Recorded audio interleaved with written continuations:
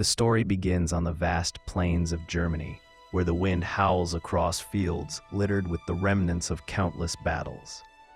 The earth is stained with blood, and the bones of fallen soldiers lie scattered, picked clean by crows circling hungrily overhead.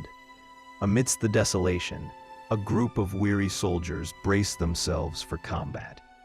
Their eyes fix upon a lone warrior standing defiantly before them, a black-haired man clad in worn samurai armor, his expression calm yet resolute. He does not tremble, he does not shout. Instead, he closes his eyes for a brief moment, drawing in a steady breath as if centering himself before the storm. When his gaze opens once more, it is sharp and unyielding. The warrior steels himself for the battle that is about to unfold.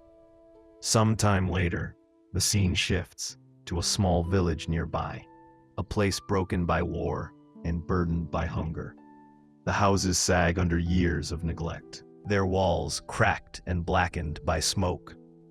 The land, once fertile, now lies barren beneath a pale, cold sky. On the edge of the countryside, a young blonde woman sits alone upon a grassy hill. Her tattered clothes hang loosely around her thin frame, and her eyes, dulled by exhaustion, search the horizon with a fragile glimmer of hope. She clasps her hands tightly and whispers a prayer for peace, for a haven free from the constant struggle to survive. But peace is not kind to this world. From the distance, the sound of laughter breaks the silence. Two armored men approach, their stances heavy with arrogance and malice.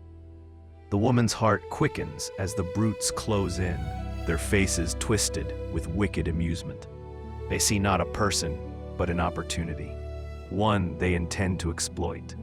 When she tries to run, one seizes her arm while the other sneers, muttering vile intentions of slavery and ownership. Her desperate cries echo through the lonely fields. Then, a shift in the air, subtle but certain. A shadow stirs nearby. From his resting place beneath the trees, the black-haired warrior awakens to the commotion. Rising slowly, his sharp gaze fixes on the scene before him. Without a word, he steps forward. The larger of the two men notices first and swings his sword downward with a roar. The warrior moves like water, swift and precise, ducking beneath the heavy blade before driving a powerful kick into the brute's back. The man stumbles forward, crashing into the dirt with a howl. The second attacker charges, raising his axe high. But before the blow can fall, the warrior's katana flashes. The sound of steel meeting steel rings out. Then silence, as the axe falls in two clean pieces to the ground. The realization dawns too late for the men. Faces pale with fear, they retreat, stumbling over themselves as they flee into the distance. The young woman stands frozen, her breath shallow, her heart racing. The warrior sheathes his blade with deliberate calm, turning his gaze toward her. He then asks the blonde lady where she was going. She replies softly that she was traveling with her grandfather to a place called Utopia. A land, she says, where everyone can live equally and without fear. Our protagonist, hardened by the countless battles he's endured, regards her with quiet disbelief. His expression remains unreadable as he finally speaks, his voice low and steady. Does such a place exist in this world, or is it only a dream? As the dust settled, the blonde maiden remained still, her heart slowly steadying after the encounter.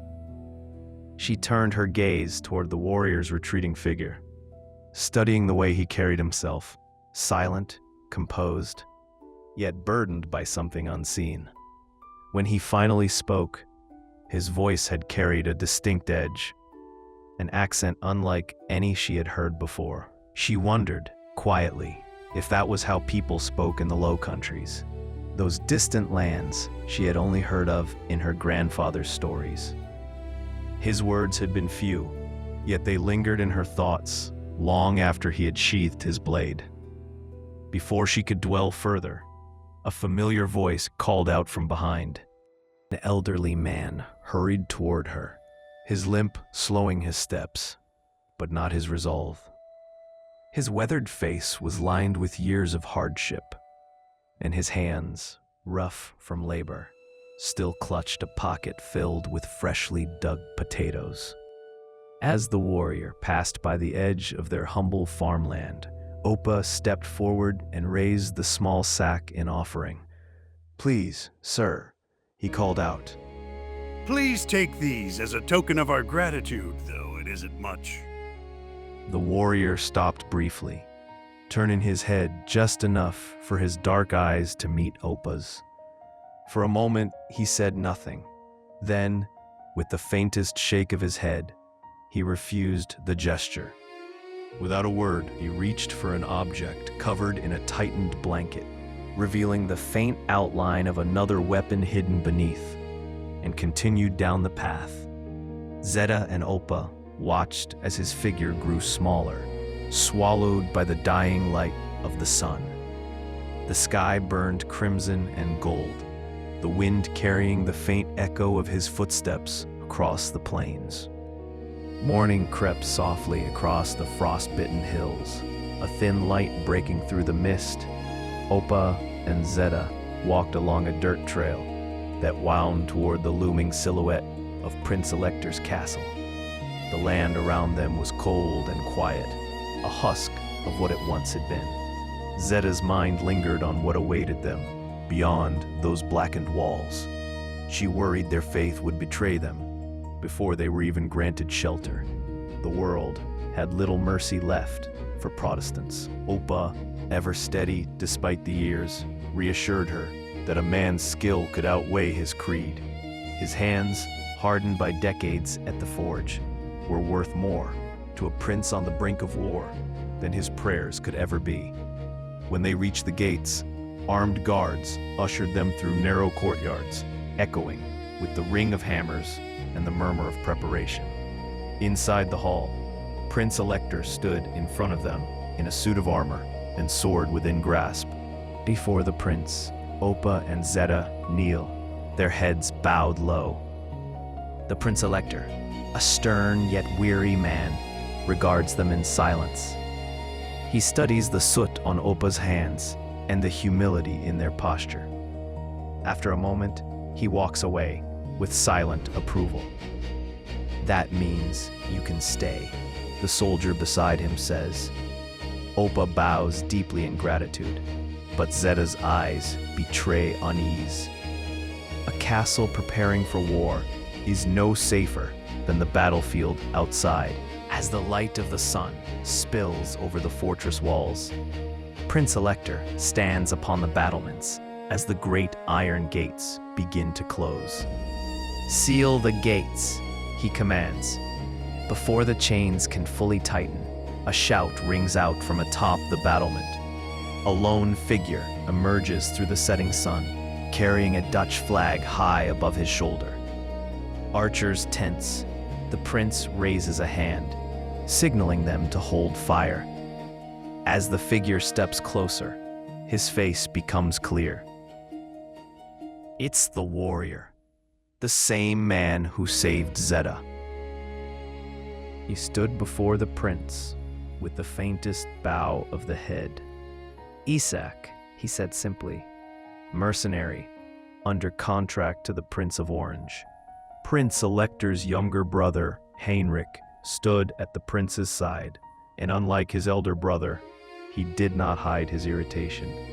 "Reinforcements were promised," he snapped. "You arrive alone." Issak did not flinch. 100 men left the Netherlands, he replied. But when word spread that the Spanish marched 9,000 strong, they turned back. His voice was not angry, nor ashamed, simply factual, like he was reporting the weather or the time of day. Yet the statement dropped over the courtyard like a stone into still water. Heinrich then asked, "Why did you not flee as well?" Issak then told the reason for his long journey to this country. I seek revenge. I've come here from Japan for one purpose, to avenge my master and take back what is mine. Issak then told of how the man he sought had joined the Spanish army as a mercenary at Hirado in Japan, then traveled to Europe with the army. Heinrich was reassured, knowing that Issak had a goal that kept him on the battlefield. From across the courtyard, Zeta watched Issak as others stared or whispered. It struck her then how peculiar he looked standing among the soldiers of the castle. He carried the Dutch flag, yet his attire, his layered armor, and the foreign curve of the katana at his hip belonged to nowhere she knew. He looked like a man shaped by many lands and loyal to none. Yesterday, he had been a stranger who saved her life. Today, he stood in a castle preparing for war, armed with the flag of a distant republic. The conversation in the courtyard dissolved as soldiers hurried to their stations, and servants carried oil lamps through the darkening corridors. Issak said little to anyone. When the orders of the evening finally concluded, he was shown to the barracks, a cramped stone room filled with rough bunks and the reek of sweat and iron. Issak removed his armor piece by piece, laying each plate down with deliberate care. Beneath it was a simple linen shirt, patched over scars, earned in battles across countries most here would never see. He set his sword beside his bed, then stretched out on the floor rather than the straw mattress, as if he were more accustomed to earth and cold than comfort. Zeta stepped inside, clutching the hem of her dress nervously. She began softly. Thank you for saving me yesterday. Issak did not answer. His eyes remained closed, expression unreadable. For a moment, she wondered if he had even heard her. Then something drew her attention, an object in the corner, wrapped tightly in cloth and secured with rope. Its shape was long and slender, yet the fabric bulged oddly around the surface beneath, as if it had been crafted from unfamiliar material. Zeta knelt, running her fingers lightly across the cloth. Is that some sort of reed? Or is it from a tree? Don't touch that. Issak's voice cut through the room like a blade, his eyes suddenly sharp and alert. Zeta jumped back, nearly falling. A few seconds passed before the tension in his shoulders eased. He exhaled slowly, focusing his sight on the object. He stated, Sorry, it's important to me. It's made of bamboo. Zeta blinked. Bamboo. Is that from Japan? Issak nodded. Curiosity overcame hesitation. She sat down near him, leaving a respectful distance. Oh, I'm Zeta. Where's this Japan that you come from? Zeta listened with the wide-eyed interest of someone who had never traveled beyond the borders of her homeland. They spoke for a while, about the ships that connected continents, about the frigid nights on the sea, and the war-torn country Issak hailed from. Zeta asked at last, her voice trembling. Opa and I walked here from Bavaria over 13 days, but Opa thinks it's dangerous here too, and that we should flee again. Issak didn't rush to respond. When he finally spoke, his words were calm but unyielding. It's too late. The Spanish army is at our doorstep. I saw them with my own eyes after I left you yesterday. The torchlight flickered, casting their shadows against the barrack wall. One small and fragile, the other sharp and silent like a drawn blade. Zeta lowered her head, fear tightening in her chest. Issak lay back down on the floor, eyes open now, staring into the darkness. Sleep would not come for either of them that night. The next day arrived, and the sun sat on the horizon.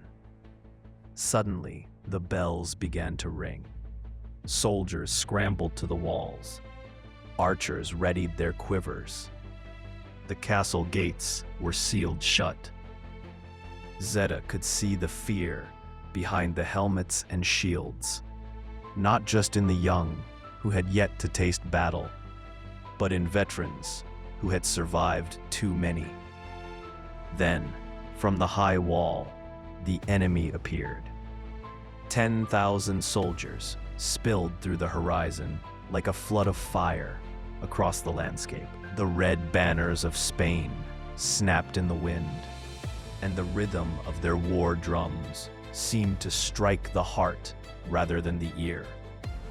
As General Otto commanded the soldiers to close the gates and prepare their weapons for the incoming battle, Lord Heinrich spoke with Issak about the Spanish army and the formidable general who commanded them.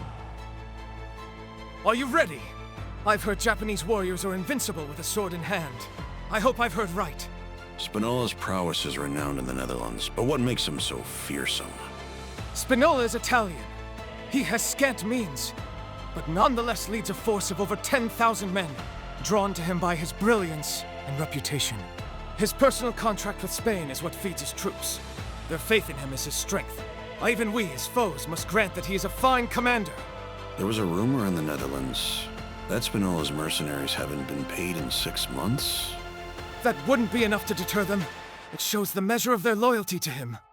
Yesterday on my way to this castle, I was in a village they had passed through.